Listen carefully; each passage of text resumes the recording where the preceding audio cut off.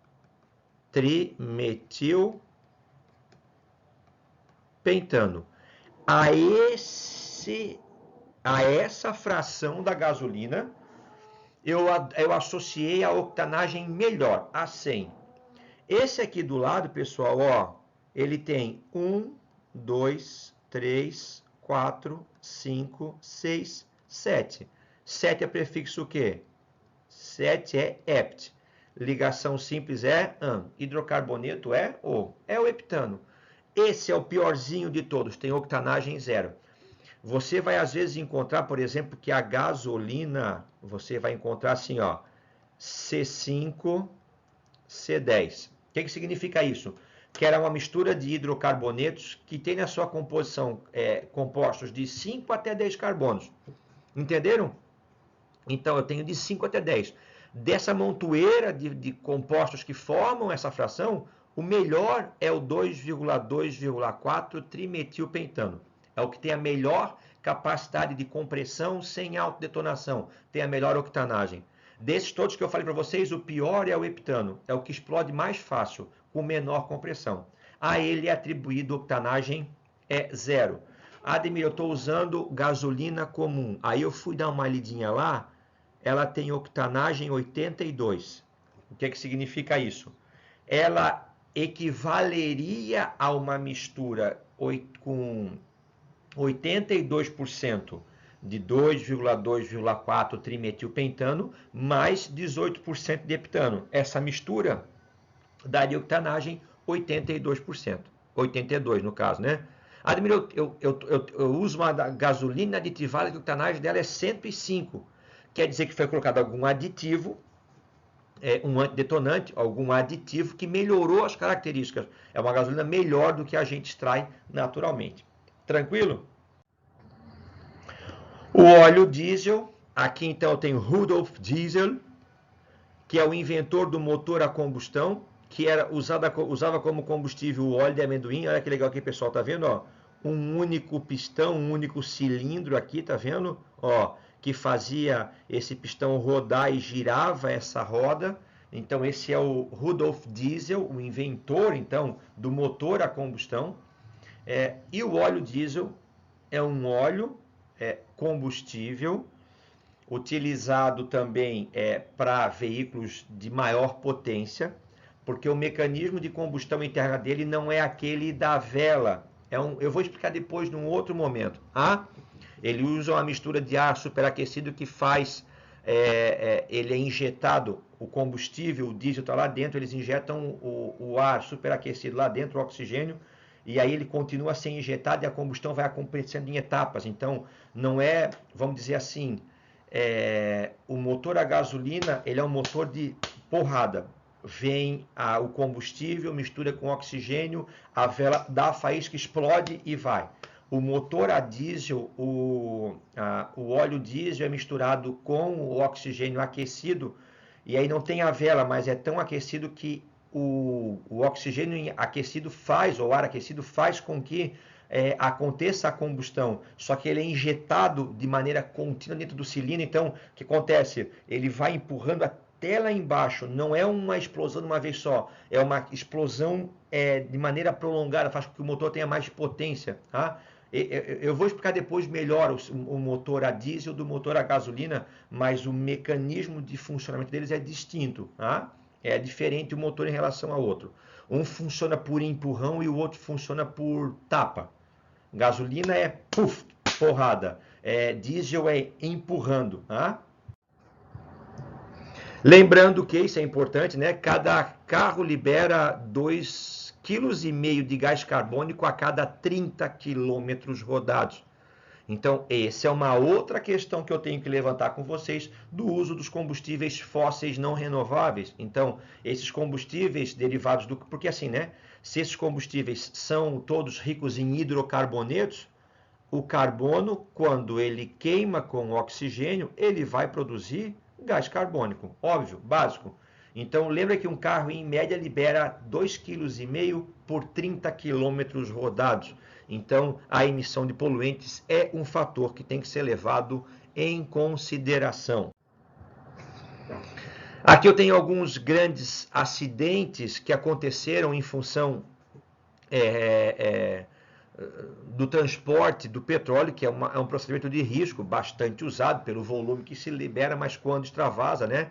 Então, em 24 de março de 89, no sul do Alasca, o Exxon Valdez, que para mim, que sou mais velho, é um nome bastante conhecido, colidiu contra rochas submersas, vazaram 11 milhões de galões de petróleo. Tá? 11 milhões de galões de petróleo. Os petroleiros, esses navios que transportam petróleo, são cada vez maiores. Tá? E aí aqui embaixo você consegue ver, né? Ó, aqui inicialmente a gente já consegue ver a mancha de petróleo que está extravasando em relação ao Exxon Valdez. Tá? Ó, aqui tentando fazer uma barreira de contenção, mas o petróleo já se esvaziou por completo e aí ele vai para todo o bioma, né, para todo o sistema. E aí assim a gente tem as aves aqui, ó, totalmente cobertas e tu não tem como passar um solvente nelas, né? Tu não vai lavar o passarinho ali com querosene, né? Então é extremamente complexo para levantar uma outra consideração quando se trabalha com combustíveis fósseis, especialmente derivados do petróleo. Um é o slide anterior, que é a emissão de poluentes. Outro é o caso de vazamento, que é uma situação bastante preocupante. Aqui eu não procurei o mais novo, mas serve para vocês como noção do tamanho desses petroleiros. Tá? Ó, isso foi desmontado em 2010. O superpetroleiro Knock Nevis foi o maior navio já construído no mundo, o mais pesado objeto móvel já feito pelo homem até ser desmontado em 2010. Olha alguns dados dele. Ele tinha 458 metros de comprimento. Ele tinha 69 metros de largura. O calado, ou seja, o que fica para baixo da água que a gente não vê, alcançava 24,5 metros. Aqui em Itajaí, que a gente mora, que tem o porto, eu vou dizer, o nosso calado aqui está em torno de 13, 14, talvez 15 metros, tá? Então esse navio não teria condição de entrar, porque ele ia raspar o fundo, tá? Esse navio está a 10 metros, estava 10 metros além do limite do que seria a bacia navegável aqui para Itajaí Sul. Peso carregado, olha a loucura que é, 564 mil toneladas. Capacidade de cargar 4.240.865 barris de petróleo. Propulsão a vapor, 5.000 HP. Uma hélice de 9 metros de diâmetro. Vamos lá, tá aqui a hélice, né? Essa hélice tinha 9 metros de diâmetro. Girando a 85 rotações por minuto, com uma velocidade máxima de 29. Pessoal, eu desculpa para você, mas eu não pesquisei, mas isso foi desmontado em 2010. Com certeza devem ter navios petroleiros muito maiores. E um desastre ambiental com um bicho desse tamanho aí gera proporções totalmente irreparáveis para o meio ambiente. Um outro grande desastre envolvendo, mas esse não foi acidental, esse foi de guerra, né? A Guerra do Golfo, que foi os Estados Unidos havia. Aí tem que falar de história, que daí é por isso que é mais interessante, né? Tudo aquilo que eu já falei para vocês, aquela briga geopolítica por esses países, por exemplo, o Iraque é um dos grandes produtores de petróleo, o Kuwait, que é uma merdinha, um paizinho pequenininho do lado do Iraque, é um dos grandes produtores de petróleo também. Claro, e aí se você é um país grande, tem um paizinho pequenininho do lado que também produz tanto quanto você, há uma tendência de você tentar invadir, né? E essa guerra entre o Iraque e o Kuwait na época, ou Kuwait, fez com que os americanos intervissem lá, né? Toda a discussão intervém lá porque lá é uma fonte de energia de petróleo. Outros países mais pobres não há a motivação para ser tão humanitário assim. Na Guerra do Golfo, os iraquianos incendiavam os postos de petróleo do Kuwait. É uma estimativa que 250 milhões de galões de petróleo bruto tenham sido jogados no Golfo Pérsico. Tá? Mas leia um pouquinho sobre a Guerra do Golfo, Iraque, Kuwait, Estados Unidos e assim por diante. E a indústria petroquímica, para a gente encerrar a nossa aula rapidinho. Eu vou transformar esse petróleo, né? Então eu não uso ele só como combustível, como gás natural, como gasolina, eu vou ter outras aplicações para o petróleo também. E aí eu vou depois dar para vocês aulas específicas sobre isso, tá? Então eu posso pegar o petróleo e dele extrair o etano, tá? A nafta, os óleos derivados ali, tá? E aí eu vou ter a fabricação, então, por exemplo, do polietileno, do polipropileno, do policloreto de vinila, tá? Aqui eu tenho novamente o polietileno. Esses poli aqui, não é a bonequinha poli, tá? São os plásticos, os polímeros. Polietileno, uso para fazer embalagem, polipropileno para fazer descartáveis, policloreto de vinila para fazer os tubos, os canos plásticos. E aí eu tenho então plástico, embalagem, brinquedo, pneu, calçado, autopeça e pananana. Tudo isso é da indústria petroquímica. Então eu vou pegar eu vou extrair os componentes do petróleo, vou utilizá-los, uma boa fração deles como combustíveis e outras eu levo para a indústria petroquímica e transformo ele nas mais diferentes embalagens, plásticos, brinquedos, pneus, calçados, autopeças e etc. Isso é uma outra aula gigantesca na qual nós iremos então falar um pouquinho mais sobre o petróleo. Minha dica para vocês, estudem um pouco sobre esse assunto. É um assunto que cai muito em provas. Eu vou deixar aqui em cima agora o link da parte número 1 sobre o petróleo, na qual eu dou aquilo, tudo que eu falei no comecinho da aula, tá, galera? Beijo para vocês, um grande abraço, obrigado pela atenção e até a próxima aula com o professor Ademir. Fui!